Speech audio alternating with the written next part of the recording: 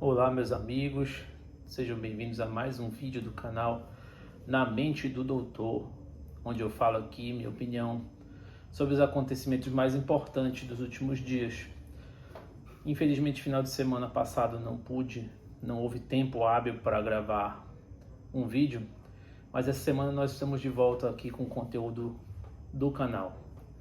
Antes de continuar, gostaria de pedir para vocês deixarem um like aí no vídeo, se inscreverem no canal e ativar as notificações para estarem recebendo nosso conteúdo aqui semanalmente, beleza?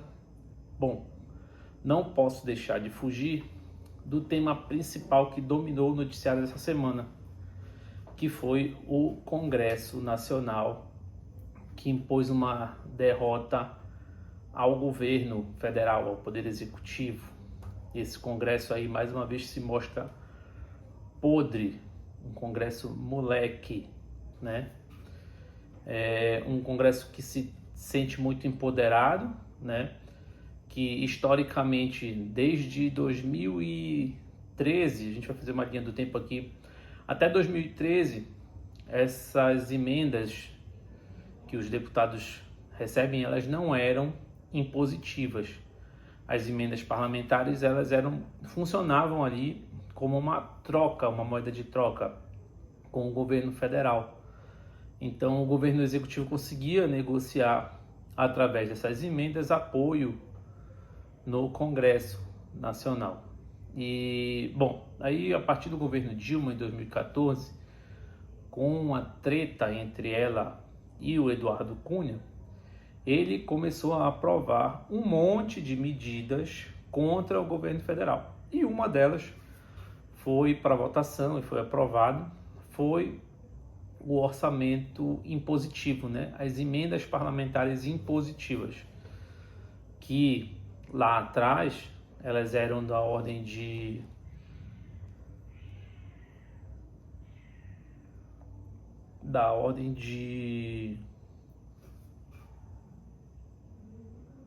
alguns bilhões, mas não, o valor era bem menor do que o atual, né? Então, a partir de 2015 elas se tornaram impositivas e igualitárias, diminuindo o poder de barganha do poder executivo.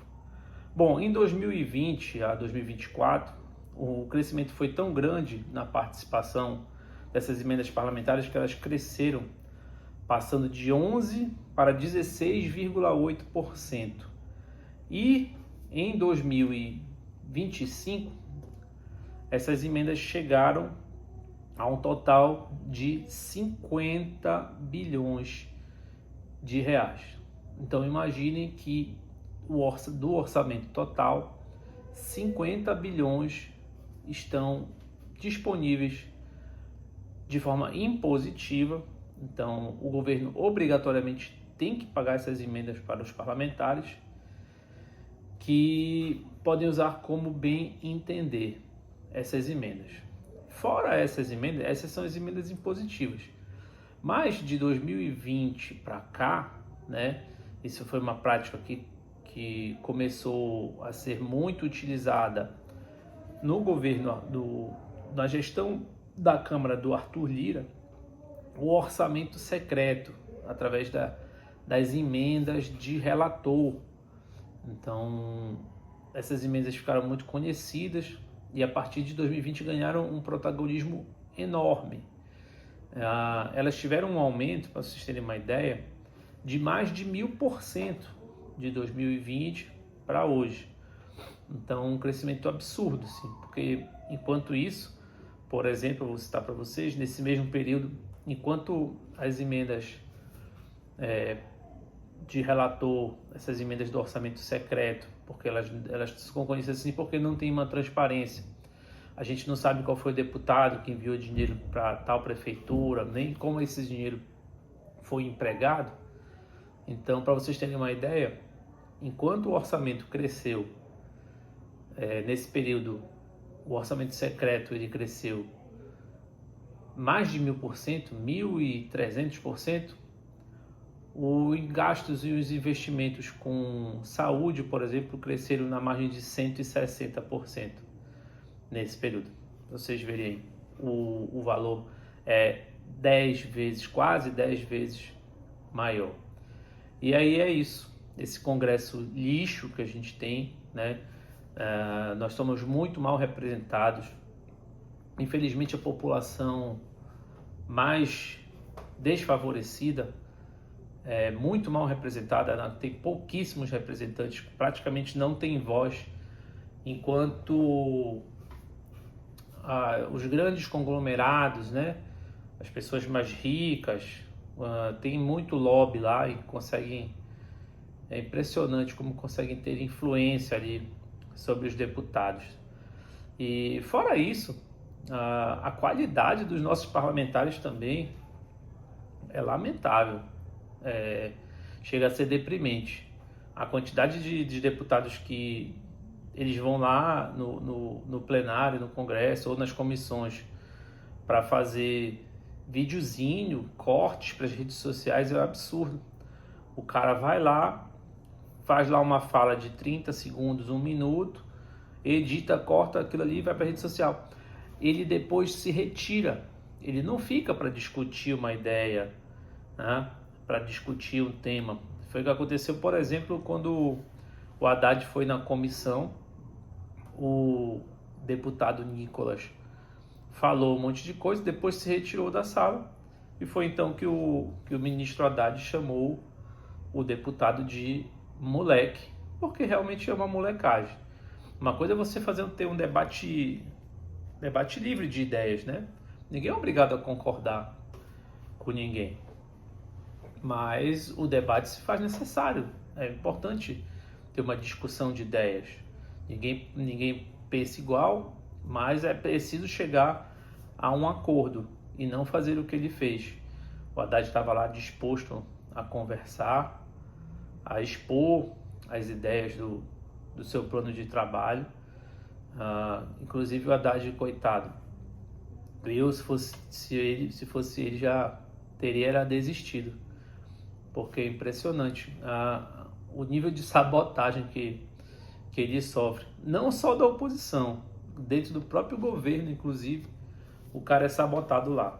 O senhor Rui Costa adora sabotar. Antes ainda tinha um certo atrito um pouquinho maior com a Glaze, mas hoje em dia até eles estão falando um pouco mais a mesma língua, né? Depois que ela foi fazer parte da articulação do governo, junto aos parlamentares, ela parece que tá tendo menos atrito com o Haddad, ao contrário do Rui Costa.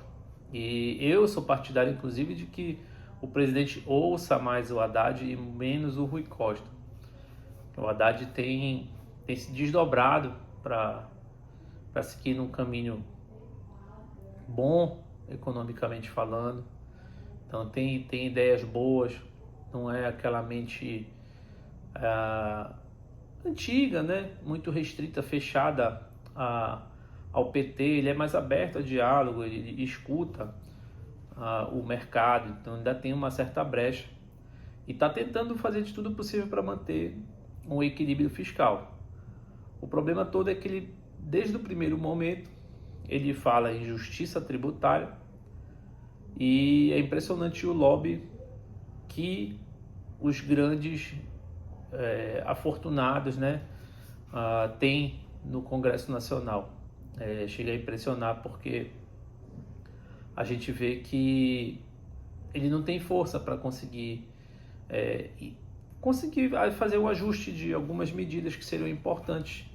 Então é muito visível que o Congresso ele está protelando a isenção de quem ganha até R$5.000 no imposto de renda, para não querer taxar os caras mais ricos. Então a população tem que ficar esperta, começar a pressionar esses deputados, porque eles sofrem pressão desses grandes ricos do Brasil, dos bilionários, para que não mexam na parte deles, né? Eles não querem contribuir a mais, querem deixar continuar o povo que ganha menos, pagando mais proporcionalmente do que os grandes ricos do Brasil. Chega a impressionar. Então, a gente precisa dar um jeito de começar a pressionar esses parlamentares, porque eles se sentem muito à vontade, aparentemente não há pressão nenhuma. Então eles continuam com essa política suja, né? Essa política podre que eles fazem nesse Congresso. E foi tão ridículo porque eles se reuniram, inclusive com Haddad numa noite, por conta da questão do decreto do IOF. E o que se viu depois foi uma verdadeira tramóia. No primeiro momento eles concordaram, saíram da reunião dizendo que estava tudo bem, que tinham chegado num acordo, para no dia seguinte falar que não ia ter acordo nenhum, ou seja, provavelmente foram pressionados por grupos econômicos que têm seus fortes interesses e acabaram voltando atrás. E esse é o nosso Congresso lixo, Congresso horroroso, podre, que nós temos atualmente no Brasil. Infelizmente, não há debate de ideias. O que há são deputados apenas falando para o seu nicho, a sua bolha, fazendo videozinho, TikTok e outras redes sociais para continuar com os seus votos, né? Eles não precisam ampliar, eles só precisam daqueles votozinhos lá deles. Então, eles não tem por que discutir, debater ideia para o Brasil melhorar, né? Ninguém está certo, ninguém é o rei o dono da verdade, né? Então a gente está sempre aberto a diálogos para descobrir coisas novas, debater, ver o ponto de vista de cada um, para chegar num consenso. A política é isso. A política busca um consenso entre a minoria e a maioria. Mas do jeito como está atualmente, uma minoria de ricos que não quer ceder, desfavorecendo uma grande maioria da massa assalariada do Brasil, que continua sendo descontada absurdamente no imposto de renda. Então vamos torcer para que... Torcer não, né? A gente tem que ir para a rua mesmo para fazer pressão nesses caras. Ou então, uma outra saída é o Brasil seguir de vez para o parlamentarismo. Fazer um parlamentarismo, porque o executivo, o presidente, por mais que a gente consiga eleger o presidente, não adianta ele chegar lá e não ter maioria, ele não vai conseguir governar. Então esse Congresso especialmente que o Lula está tendo que lidar é um Congresso muito mais difícil, né?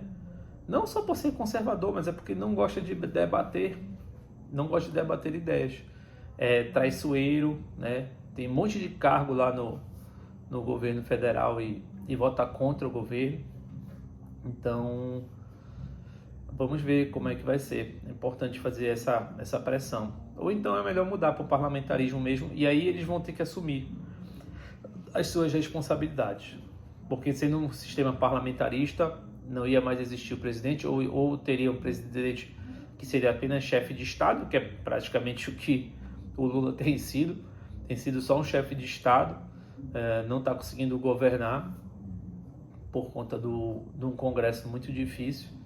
Então melhor mudar logo para parlamentarismo, e aí teremos um primeiro-ministro responsável, mas aí contendo um nome, né, e uma pessoa certa para ser cobrada pelas suas atitudes, porque é muito fácil o Congresso dizer que o governo não tem responsabilidade fiscal e continuar aumentando aí gastos direto, né? A última agora foi aumentar o número de deputados. Imagina, a gente tinha 513 lá que não faziam porra nenhuma, aí agora vão aumentar mais 18. Ao invés de fazer a readequação que o STF tinha mandado eles fazerem, porque nunca tinha sido feito desde a nova Constituição, nunca foi readequado o número de parlamentares. Então o STF mandou que eles readequassem, mas não que aumentasse o número de vagas. Era apenas para tirar vagas de alguns estados e fornecer a outros. Por exemplo, o Pará, que aumentou a população, está subrepresentado, então precisaria ter novos, e aí o Rio de Janeiro, se não me engano, ia perder alguns. E aí os caras simplesmente resolveram, para não tirar nenhum deputado, acrescentar. Então foi decidido que foram 531. Então é mais gasto, porque cada parlamentar desse custa uma boa grana. E quem paga, somos nós que pagamos esses absurdos aí desses caras. Então é preciso cobrar, é preciso fazer pressão, para que eles se sintam pressionados. Os caras estão correndo muito solto, eles não se sentem pressionados, eles acham que podem fazer tudo. É impressionante. Então precisamos pressionar, precisamos nos organizar os movimentos sociais, para que esses deputados sintam-se pressionados a fazer a coisa certa, ou a pelo menos debater de forma justa, e assumir as suas responsabilidades, porque você cobra uma coisa e faz outra coisa totalmente diferente. Tem um outro projeto aí que estão querendo aprovar, que é para juntar, continuar recebendo aposentadoria e o salário de deputado. Então o cara quer juntar 2 salários, não basta o que ele já ganha. Ainda querem aprovar esse outro, que é mais gasto também. Vê se eles querem diminuir o super salário lá do pessoal, a reforma administrativa. Também está na mesa lá para ser debatida, mas ninguém debate. Ninguém tem interesse em mexer nesses super salários. Por que será? Judiciário e legislativo são tão mais importantes que as outras profissões, não pode mexer. Tem que mexer na previdência também dos militares, do próprio judiciário. Ninguém está disposto a tirar do próprio seu, é sempre na costa do povo mais pobre. Isso não pode. E esse Congresso aí não está nem um pouco interessado em mexer em alguns privilégios. Bom, é isso, pessoal. O vídeo dessa semana era mais esse desabafo que eu queria fazer, falar desse Congresso horroroso, né? Com um Congresso moleque que nós temos em Brasília, e não é de hoje, é pelo menos desde 2013, e eu não estou falando aqui apenas de casos de corrupção, é qualidade mesmo do parlamentar. Nós perdemos qualidade, apesar de no passado nós termos muitos casos de parlamentares envolvidos em esquemas de corrupção, e que nós temos sim ainda no momento.